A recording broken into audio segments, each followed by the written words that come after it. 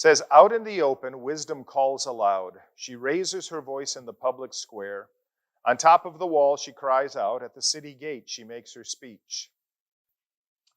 Now, this begins a section from Proverbs chapter 1, beginning at verse 20, all the way through Proverbs chapter 9.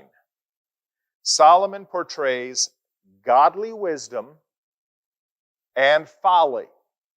Okay? And folly, other terms for folly are the adulterous woman, or the idea is sin and temptation.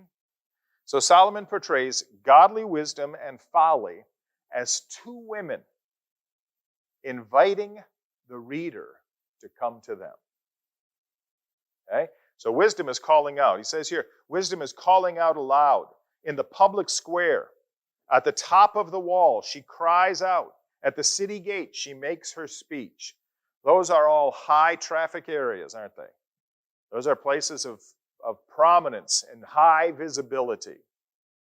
And as we'll see, like when we get to Proverbs chapter 7 and so forth, the adulterous woman, she lurks around in kind of dark corners and coyly and kind of, very seductively calls for the young man to come to her.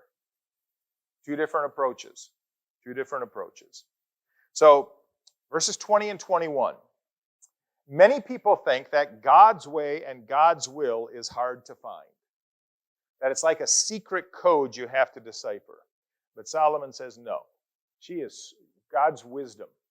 God's wisdom is screaming at us. It's there.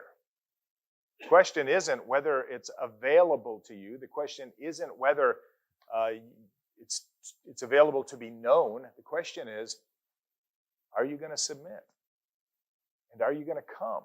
And are you going to take that initial step of establishing a worshipful reverence and awe for God?